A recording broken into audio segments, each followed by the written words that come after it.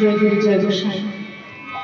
উপস্থিত সকল ভক্তবৃন্দ মণ্ডলীর চরণে আমাদের সহস্র শত কোটি দণ্ডবোধ প্রণাম। আজকে শিবরাত্রি উপলক্ষে এখানে যে মেলা আয়োজন হয়েছে এবং তার মধ্যে পরিবার্ষ আয়োজন করা হয়েছে, অত্যন্ত মনোজ্ঞ অনুষ্ঠান এবং তার অংশ হতে পেরে আমার খুবই ভালো লাগছে। যারা আমন্ত্রণ জানিয়েছেন আমাকে, তাদেরকে অসংখ্য শ্রদ্ধা এবং অভিনন্দন এত সুন্দর অনুষ্ঠান আয়োজন করার জন্য। আর বিশেষ কথায় যাব না, গান শুরু করব। গান শুরু করার আগে যে কত কথা, মানে যাদের কথা একেবারে না বললেই নয়, যাদের কথা না বলে গান শুরু করার অপরাধ। পণ্ডিত অজয় চক্রবর্তী এবং শ্রী অমল চ্যাটার্জি এবং আমার কীর্তনের গুরু শ্রী হরি সাধন অধিকারী মহাশয়, তো যতটুকু যা গান আপনাদেরকে শোনাব সবই আমার এই গুরুদের শিক্ষা, গুরুদের আশীর্বাদ, ভালোবাসা। আর যদি কিছু আপনাদের ভুল ত্রুটি বলে মনে হয়, খারাপ বলে মনে হয়, সেটুকু আপনারা নিজ গুণে আমাকে ক্ষমা করবেন, মার্জনা করবেন। আরম্ভ করছি।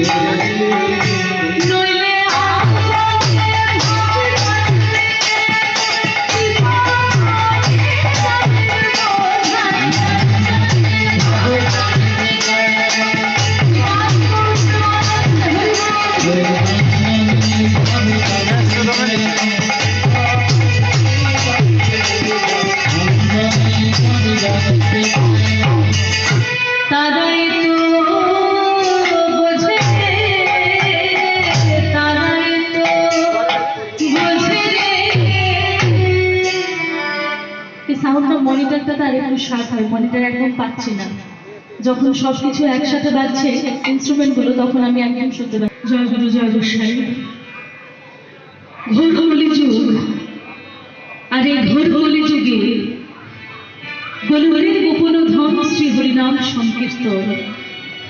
যে হরিনাম সংকীর্তন গোলহরি অতি গোপনে রক্ষিত ছিল, সেই হরিনাম সংকীর্তন প্রচার করিলা গোরা জীবের দ্বারে দ্বারে।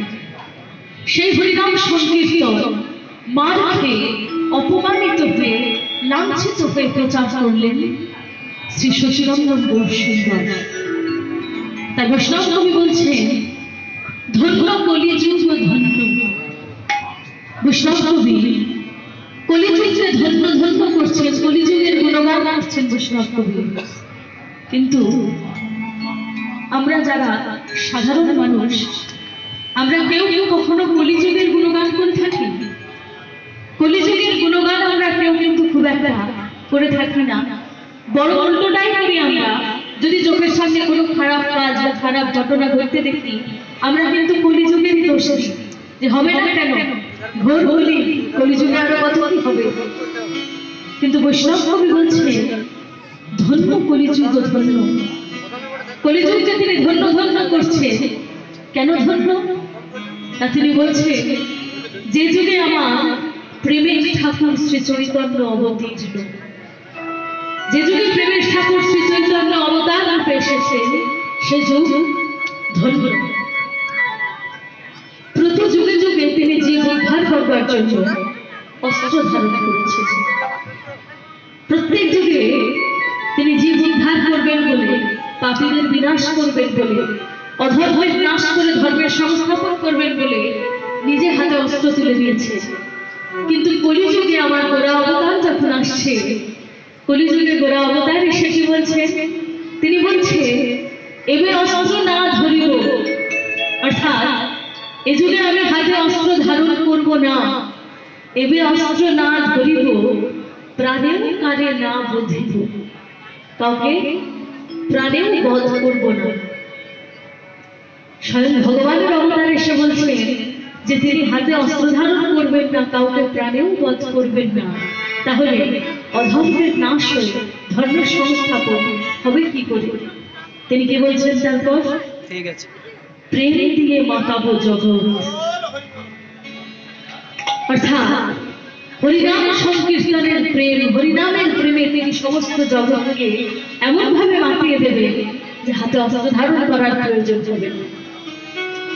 রাধাকৃষ্ণ মিলিত তনু আমার গোরা তনু, আমার গোরা চা কখনো রাধা ভাবে ভাবিত, আবার কখনো কৃষ্ণ ভাবে ভাবিত।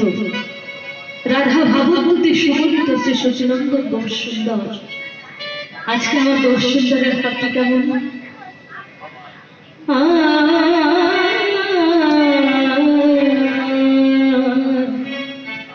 প্রিয়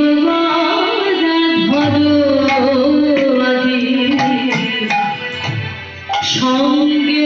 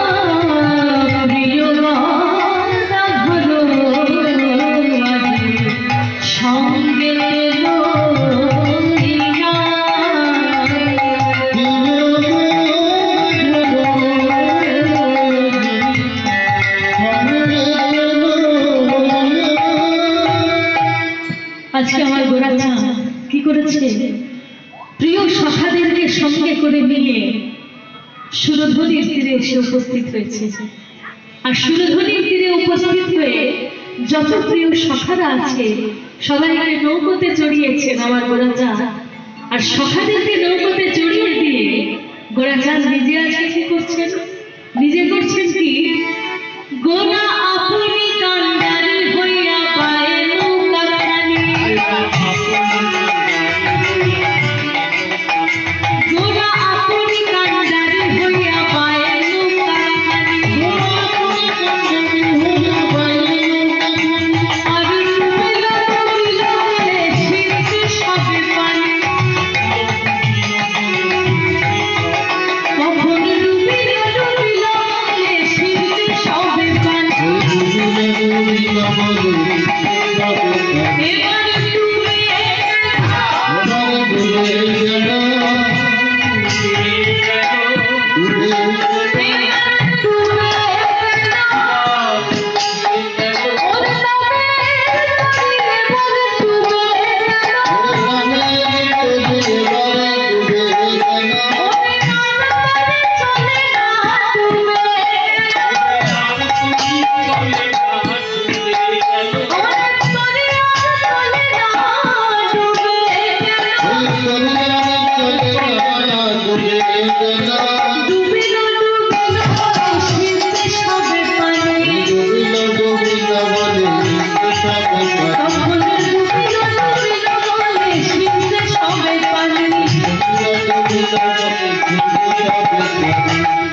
আজকে নৌকা বাইছেন কে?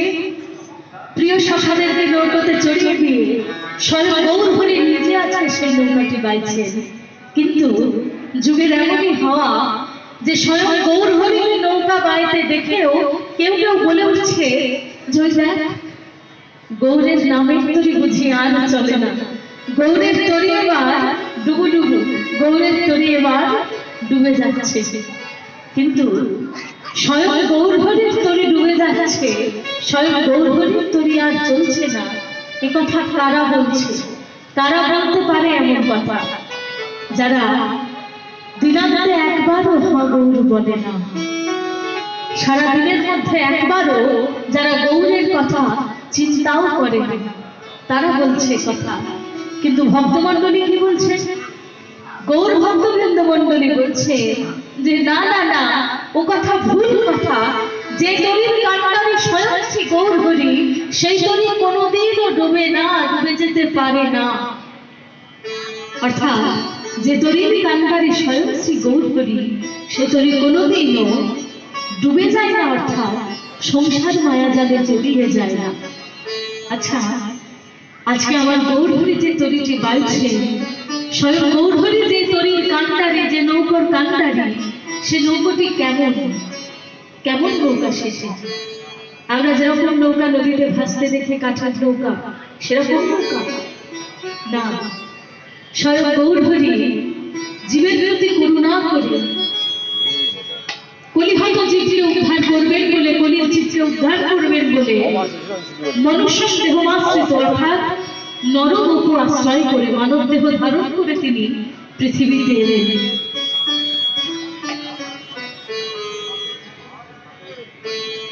মাইক প্রচুর ডিস্টার্ব করছে। কিন্তু পৃথিবীতে যে তিনি এলেন, জীব উদ্ধার করবেন বলে মানব দেহ ধারণ করে পৃথিবীতে এলেন, এত এত পৃথিবীতে স্থান থাকতে স্বয়ং গৌরহরি এলেন কোথায়? বেছে নিলেন কোন জায়গাটি? নদিয়া। পৃথিবীতে এত স্থান থাকতে স্বয়ং গৌরহরি বেছে নিলেন নদিয়া। নদিয়া অর্থাৎ বৈষ্ণব কবি বলছেন নদিয়া অর্থাৎ যাহা নয় দ্বারা গঠিত তাহাই হচ্ছে নদিয়া। কি কি নয় দ্বারা? শ্রবণম কীর্তনম বিষ্ণু শরণম পাদ সেবনম অর্চনম বন্দনম দাসম সক্ত আত্মনিবেদনম। এই নবদা ভক্তি, 9 প্রকারের ভক্তি যে দেহে বর্তমান, যেখানে বর্তমান, সেটাই হচ্ছে নদিয়া। আর আমার গৌরহরি সেই নদিয়াতে দেহধরীর কান্ডারি রূপে যে উদ্ধার করবেন বলে তিনি আবির্ভূত হচ্ছেন নদিয়াতে। তাই ভক্তমণ্ডলী কি বলছেন? এই দেহধরী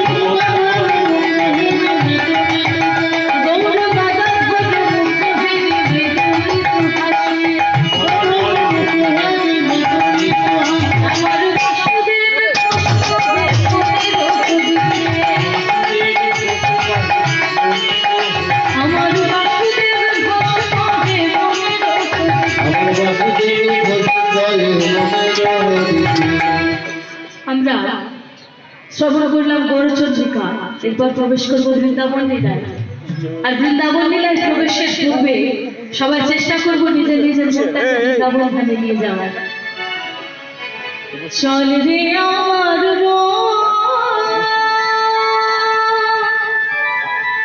মধু বৃন্দাবন,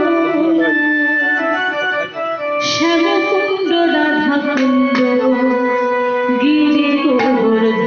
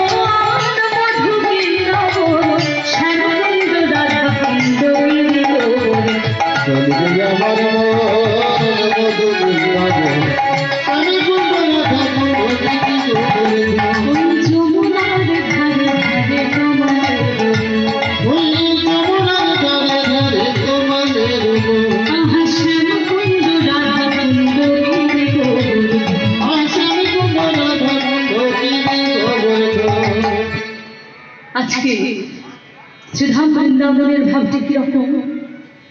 শ্রীধাম বৃন্দাবনে আজকে একটি নির্জন মন্দিরে, যেখানে গরিমা ছাড়া আর দ্বিতীয় কেউ নেই, সেই নির্জন একটি মন্দিরে গরিমাকে পেয়ে রাধারানী আজকে নিজের মনের কথা, মনের যত বেদনার কথা গরিমাকে জানাতে চাইছে।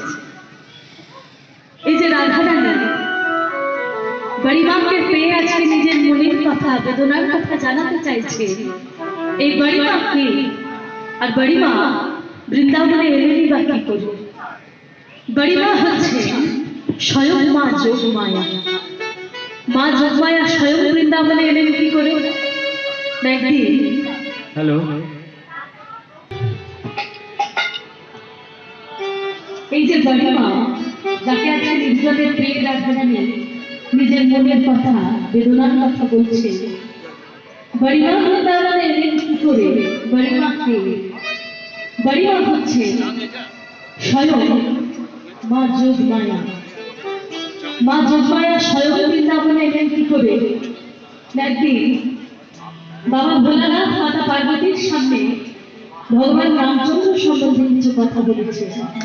তো ভগবান রামচন্দ্রের কথা শুনে মাতা পার্বতী এত আনন্দ পেয়েছেন, এত আপ্লুত হয়ে গেছে, তিনি বাবা ভোলানাথকে বলছেন যে ঠাকুর, ভগবান রামচন্দ্র সম্বন্ধে এইটুকু কথা শুনে তো আমার মন ভুলল না। আমি ভগবান রামচন্দ্র সম্বন্ধে আরো বিশদে, আরো অনেক কিছু, ওনার যা যা গুণ আছে, যা যা কীর্তি আছে, সমস্ত কথা জানতে চাই। বাবা ভোলানাথ তখন বললেন, বাবা অতি উত্তম প্রস্তাব, তুমি চলো আমার সাথে, এক জায়গায় তুমি চলো, তোমাকে নিয়ে যাবো, সেখানে গেলে তুমি ভগবান রামচন্দ্র সম্বন্ধে সমস্ত কথা জানতে পারবে। এই বলে মাতা পার্বতীকে নিয়ে বাবা ভোলানাথ গেলেন ঋষি ভরদ্বাজের আশ্রমে। ঋষি ভরদ্বাজের আশ্রমে পৌঁছে ভোলানাথ আর পার্বতী রামকথা শ্রবণ করছে। রামকথা শুনতে শুনতে তারা এত মোহিত হয়ে গেছে যে কখন দিনের পর দিন, মাসের পর মাস, বছরের পর বছর পেরিয়ে গেছে তাদের খেয়াল নেই। আর ওদিকে যখন অযোধ্যাতে রামের জন্ম হয়ে গেছে, রামের বনবাস হয়ে গেছে, সীতামা হরণ হয়ে গেছে, আর ভগবান রামচন্দ্র হাসিতা হাসিতা বলে বনের মধ্যে কেঁদে কেঁদে সীতামাকে খুঁজে বেড়াচ্ছে। ভোলানাথ পার্বতী এদিকে তখন রামকথা শ্রবণ শেষ করে, শোনা শেষ হয়ে যাওয়ার পরে আবার পুষ্পক রথে করে চেপে ফিরে যাচ্ছেন কৈলাসে। কৈলাসে ফিরে যেতে যেতে মাতা পার্বতী লক্ষ্য করলেন যে ভগবান রামচন্দ্র হাসিতা হাসিতা বলে বনের মধ্যে কেঁদে কেঁদে সীতামাকে খুঁজে বেড়াচ্ছে। সেই দৃশ্য দেখে বাবা ভোলানাথকে মাতা পার্বতী জিজ্ঞাসা করছে যে ঠাকুর, ইনি আপনার ভগবান শ্রী রামচন্দ্র? এনারই এত কথা, এত গুণ, এত কীর্তি এতক্ষণ শুনে এলাম। বাবা ভোলানাথ তখন বড় জোরে মাতা পার্বতীকে বলছে যে পার্বতী, ইনি আমার ভগবান স্বয়ং শ্রী রামচন্দ্র, এনারই কথা যেন এতক্ষণ শুনে এলাম। মাতা পার্বতী তখন বাবা ভোলানাথকে বলছে, ঠাকুর আপনি ক্ষমা করবেন, কিন্তু আমার আর বিশ্বাস হচ্ছে না যে উনি ভগবান। উনি যে ভগবান সেটা আমি আর বিশ্বাস করতে পারছি না। বলি কেন? না, যিনি ভগবান হবেন, ভগবান মানে কি? তিনি অন্তর্যামী, তিনি সবই জানবেন। তার তো জানা উচিত যে তার স্ত্রী কোথায় আছে, সেখানে গিয়ে তিনি তার স্ত্রীকে নিয়ে আসবেন। আর তা না করে কিনা সাধারণ মানুষের মতো তিনি বনের মধ্যে কেঁদে কেঁদে নিজের স্ত্রীকে খুঁজে বেড়াচ্ছেন। না না না, আমার আর বিশ্বাস হচ্ছে না যে উনি ভগবান শ্রী রামচন্দ্র, বা উনি যদি রামচন্দ্র হয়েও থাকেন, ওনার যে এত গুণ, উনি যে স্বয়ং ভগবান, সেটা আমার বিশ্বাস হচ্ছে না। আমি একবার নিজে গিয়ে ওনাকে পরীক্ষা করে দেখতে চাই। যেই যে কথা বলেছে বাবা ভোলানাথ চমকে উঠেছে যে তুমি স্বয়ং ভগবান শ্রী রামচন্দ্রকে পরীক্ষা করতে চাও? মাতা পার্বতী তখন বলে, হ্যাঁ ঠাকুর, আমার তো মন মানছে না, আমি একবার ওনাকে পরীক্ষা করে দেখতে চাই। এই বলে মাতা পার্বতী কি করলেন? সীতামায়ের ছদ্মবেশ ধারণ করলেন। নিজে সীতামায়ের ছদ্মবেশ ধারণ করে যে পথ দিয়ে ভগবান রামচন্দ্র হাসিতা হাসিতা বলে কেঁদে কেঁদে বনের মধ্যে সীতামাকে খুঁজে বেড়াচ্ছিলেন, ঠিক সেই পথে মাঝখানে এসে দাঁড়িয়ে পড়লেন।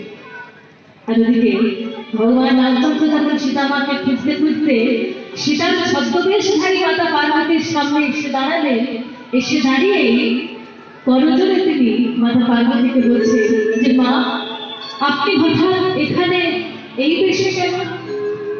যেই না এই কথা বলেছে পার্বতী লজ্জা পেয়ে গেছে, লজ্জিতা হয়ে গেছেন তিনি।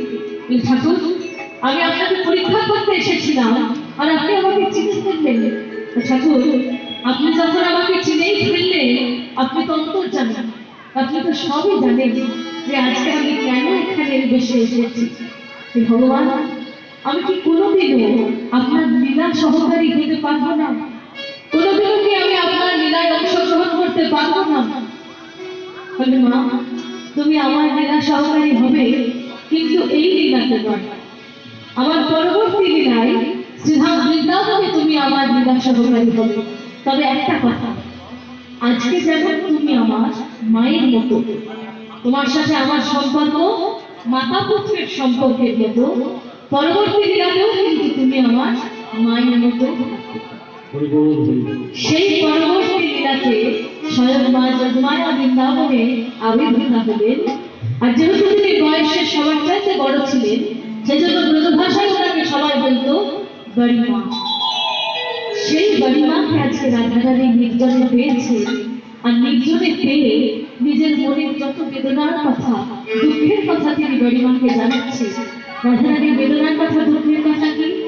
একটাই রাধারানীর বেদনার কথা, বাঁশি বেজে বধূ যখন তখন বাঁশি বাজিয়ে রাধারানীকে ডাকে, কিন্তু শাশুড়ি ননদ সর্বক্ষণ তারে পাহারা দেয়, রাধারানী যেতে পারে না। সেই বেদনার কথা, দুঃখের কথা বড়িমাকে রাধারানী জানাচ্ছে। কি বলছেন আজকে রাধারানী বড়িমাকে? কথা শুনো গো বড়াই, তোকে আবার কহিতে বড়াই, যে মরণের দুঃখ। কথা শুনো বড়াই, কহিতে বড়াই, যে মরণের দুঃখ। কথা শুনো বড়াই, কহিতে বড়াই, যে মরণের দুঃখ। কথা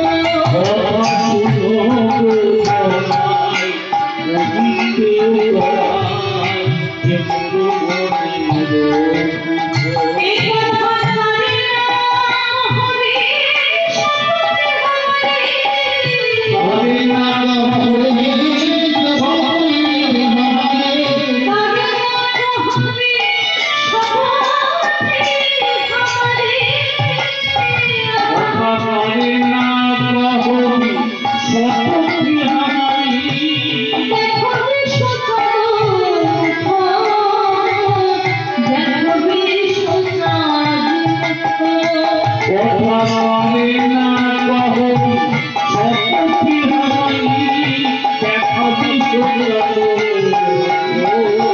বড়াই,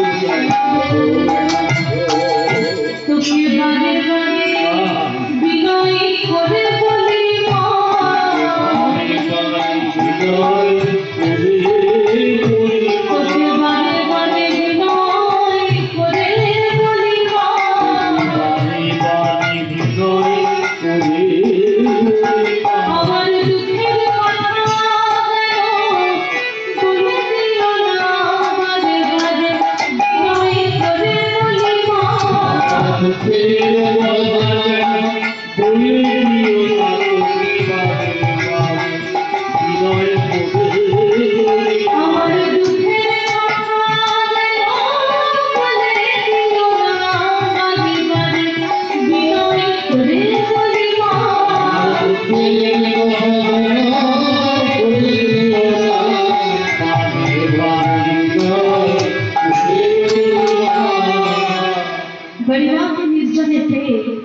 রাধারানী নিজের মনের কথা, বেদনার কথা জানাচ্ছেন।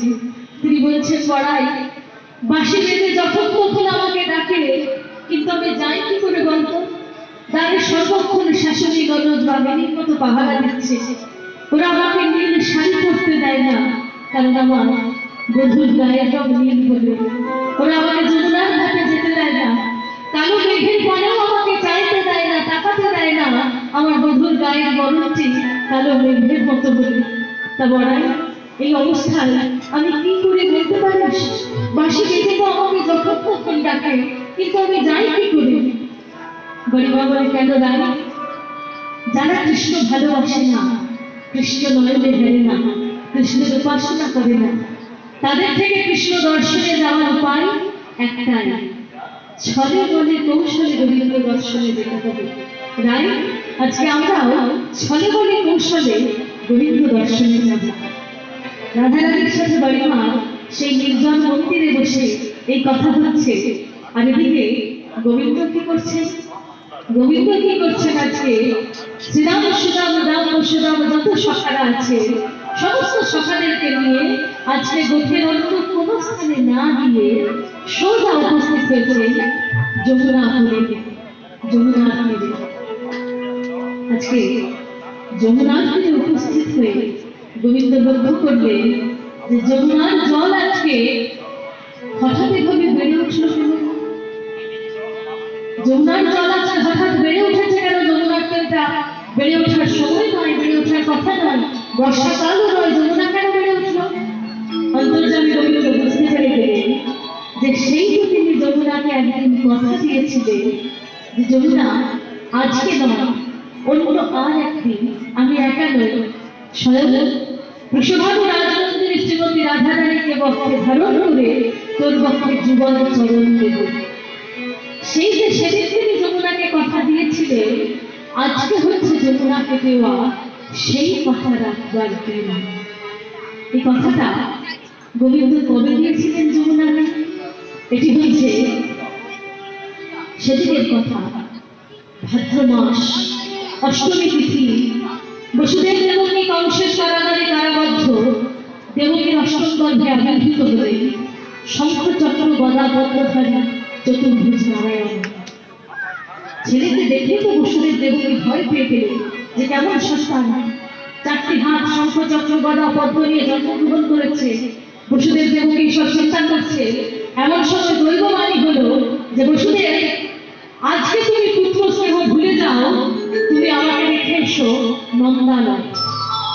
আর সেখানে মা যশোদা যে কন্যা সন্তান প্রসব করেছে তাকে তুমি নিয়ে এসো এখানে। যেই না দৈববাণী হয়ে গেল, বসুদেব তখন মনে মনে চিন্তা করছে যে দৈববাণী তো হয়ে গেল, কিন্তু এই শিশুপুত্রটিকে নিয়ে কংসের কারাগার থেকে বেরিয়ে যাব কি করে? নারী সর্বক্ষণ প্রহরীরা পাহারা দিচ্ছে, কারাগার বাইরে থেকে কারাবদ্ধ, বন্ধ করা আছে দরজা, বেরোবো কি করে? প্রহরীদের চোখ এড়িয়েই বা যাবো কি করে? এসব চিন্তা করছেন। এমন সময় বসুদেব লক্ষ্য করতেন যে স্বয়ং মা যোগমায় আর মায়ায় কারাগারের সমস্ত প্রহরীরা যোগনিদ্রায় মগ্ন হয়ে পড়েছেন, ঘুমিয়ে পড়েছেন, আর কারাগারের সেই দ্বার খুলে গেছে। বসুদেব শিশুপুত্রটিকে মাথায় করে নিয়ে উপস্থিত হলেন যমুনার তীরে। যমুনার তীরে উপস্থিত হয়ে এবার বসুদেব চিন্তা করছে যে কারাগার থেকে তো বেরিয়ে চলে এলাম, কিন্তু ভাদ্র মাস বর্ষাকাল, ভরা যমুনা, তখন এই শিশুপুত্রটিকে নিয়ে যমুনাতে প্রবল ঢেউ, এই ভরা যমুনা পেরিয়ে যাব কি করে? বসুদেব যমুনার তীরে দাঁড়িয়ে দাঁড়িয়ে সব চিন্তা করছে। মা যোগমায়া বুঝতে পারলেন বসুদেবের মনের অবস্থা। মা যোগমায়া তখন বসুদেবকে সাহস দেওয়ার জন্য কি করলেন? নিজে একটি শ্রীগানের ছদ্মবেশ ধারণ করলেন। একটি শেয়ালের ছদ্মবেশে বসুদেবের চোখের সামনে দিয়ে হেঁটে হেঁটে যমুনার উপর দিয়ে হেঁটে হেঁটে যমুনা পেরিয়ে চলে গেলেন।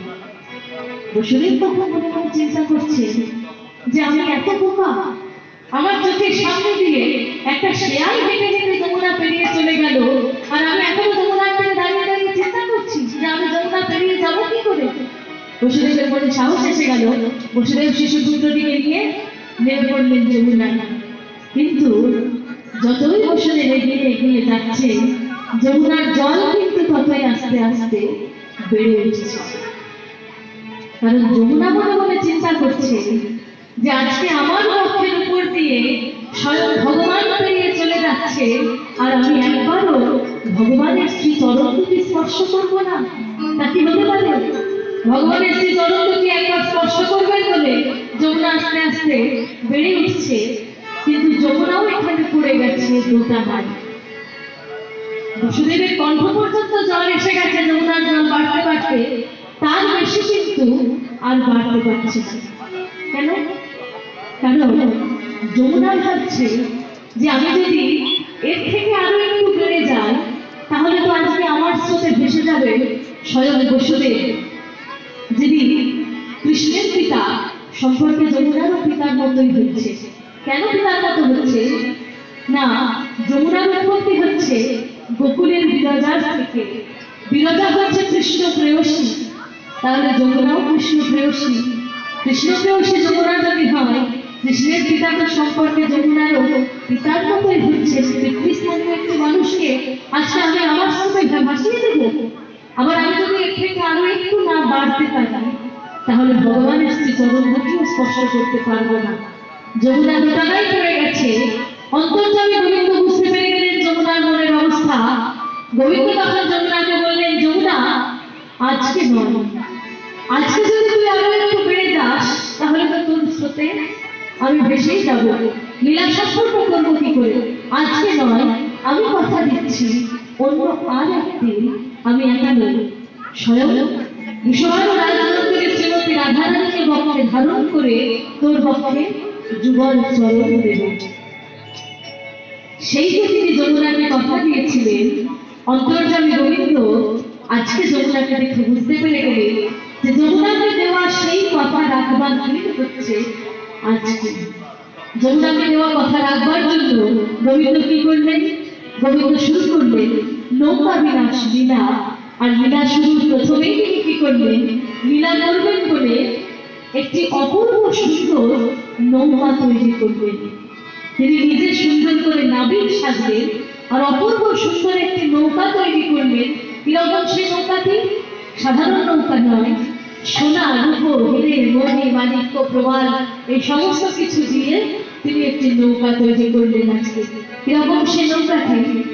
শিরোজিল তলিখানি প্রবাল মুকুটারে, শিরোজিল তলিখানি প্রবাল মুকুটারে, শিরোজিল তলিখানি প্রবাল মুকুটারে, শিরোজিল তলিখানি প্রবাল মুকুটারে,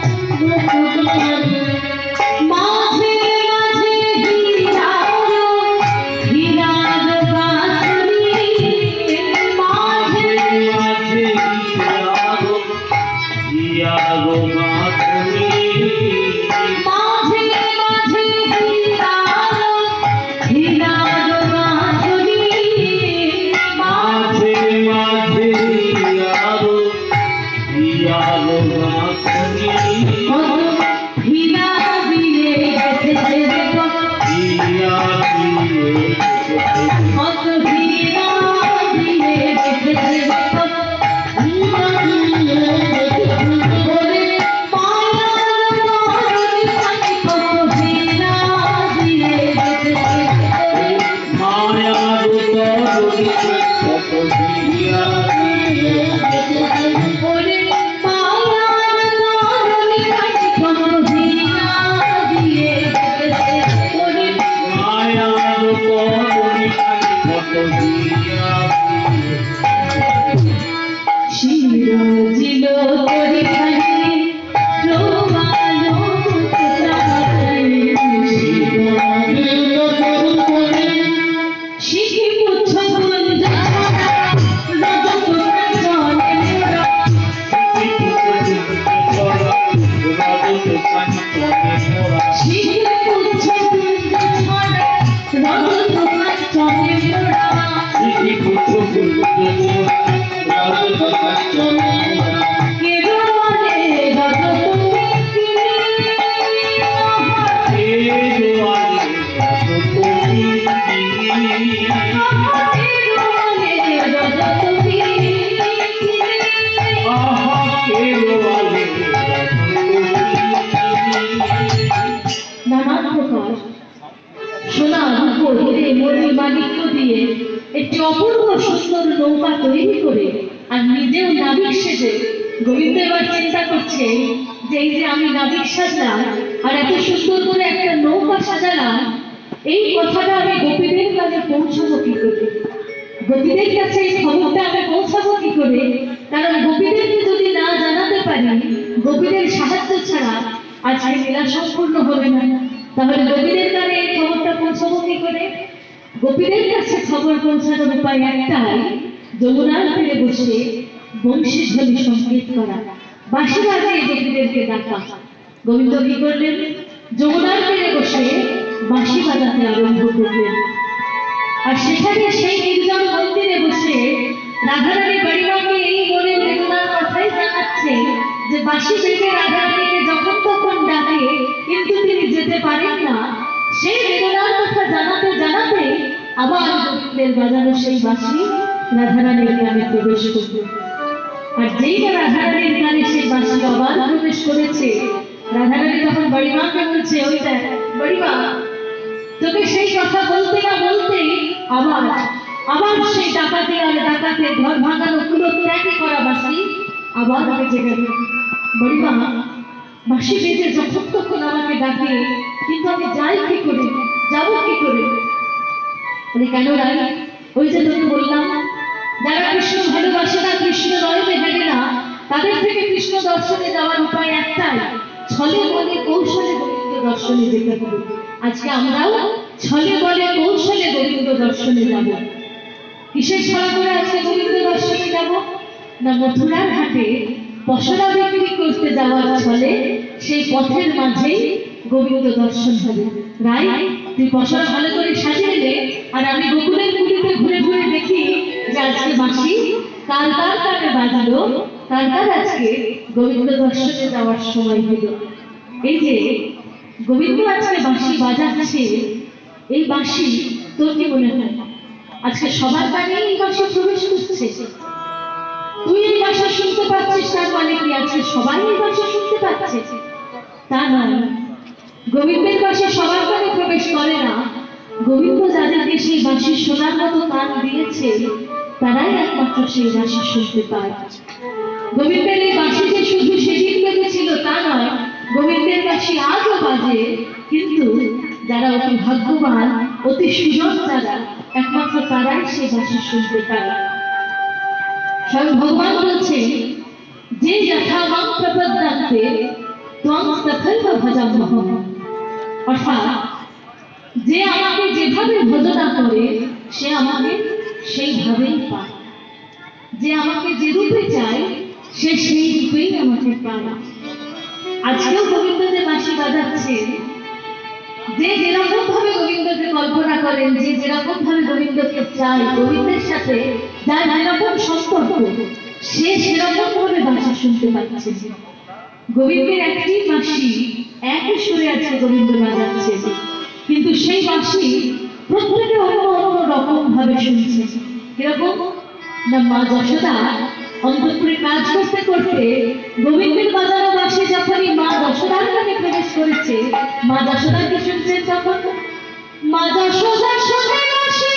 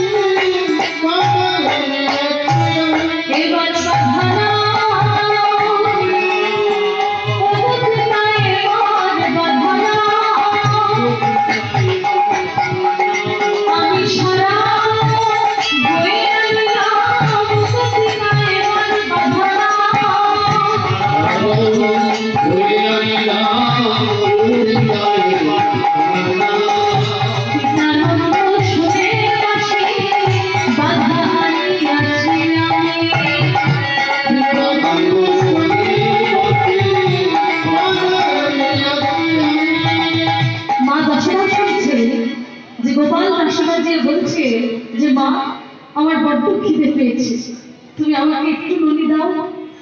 আবার সেই একই বাঁশি পিতা নন্দ কি শুনছে? পিতা নন্দ শুনছে যে কানাই বাঁশি বাজিয়ে বলছে যে পিতা আমি সারা বন এই বোঝাটা বয়ে নিয়ে এসেছি, আর বলতে পারছি না, এবার তুমি আমার মাথা থেকে বোঝাটা নামিয়ে নাও। আবার সেই একই বাঁশি শ্রীরাম সুদাম দাম বসুদাম যত সখারা আছে, সখারা কি শুনছে? সখারা শুনছে যে কানাই বাঁশি বাজিয়ে বলছে এবার ঘরে যত সব ঘরে এবার ঘরে যত সব ঘরে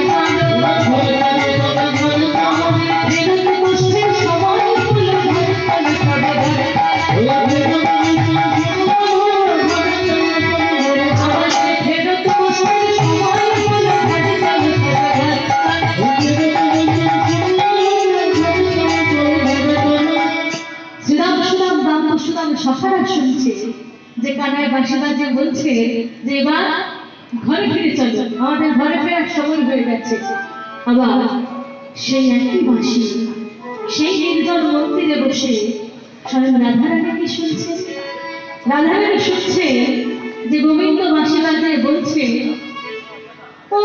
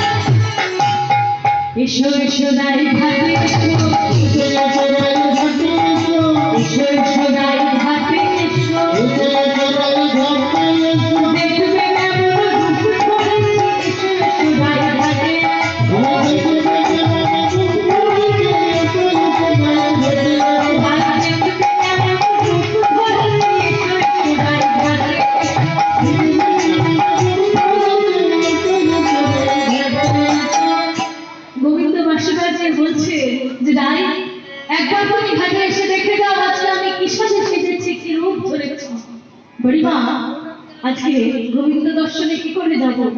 বলে মথুরার ঘাটে পশরা বিক্রি করতে যাওয়ার ছলে গোবিন্দ দর্শন হবে। তুই পশরা ভালো করে সাজা, আর আমি গোকুলের কুলিতে আজকে ঘুরে ঘুরে দেখি যে কার কার কানে বাঁশি বাজলো আর কার কার আজকে গোবিন্দ দর্শনে যাওয়ার সময় হলো। এই বলে রাধারানীকে পশরা সাজাতে বলে বড়িমা কি করলেন তখন? দুবাহু তুলিয়া বড়াই গোকুলের তখন দুবাহু তুলিয়া বড়াই গোকুলের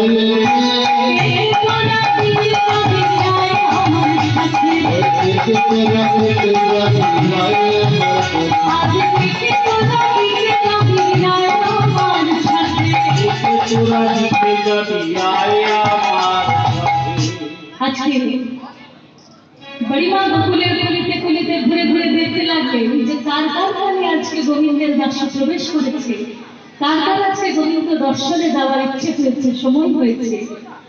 আর রাধারানী এদিকে কি করছেন? রাধারানী সেই নির্জন মন্দিরে বসে একটি সুবর্ণের ভাণ্ডে সোনার একটি ভাঁড়ের মধ্যে দধি দুগ্ধ ছানা মাখনের পসরাটি ভালো করে সাজিয়েছেন। আর সেই পসরা ভালো করে সাজিয়ে পসরাকে রাধারানী বিনয় করে বলছে যে দেখ পসরা, তোকে অন্যদিন যখন আমি সাজাই তোকে সাজানোর উদ্দেশ্য কি থাকে? মথুরার হাটে দিয়ে বিক্রি করা। কিন্তু আজকে যে তোকে আমি সাজাচ্ছি পসরা, আজকে তোকে সাজানোর উদ্দেশ্য কি বলো? আজকে তোকে সাজানোর উদ্দেশ্য হচ্ছে গোবিন্দ দর্শন। আজকে কিন্তু গোবিন্দ দর্শনে যাওয়া সেই উদ্দেশ্যেই আজকে তোকে সাজাচ্ছি। তাই পসরা তোকে বিনয় করে বলছি যে পসরা, যেন কৃষ্ণ সেবাইলে কৃষ্ণ সেবা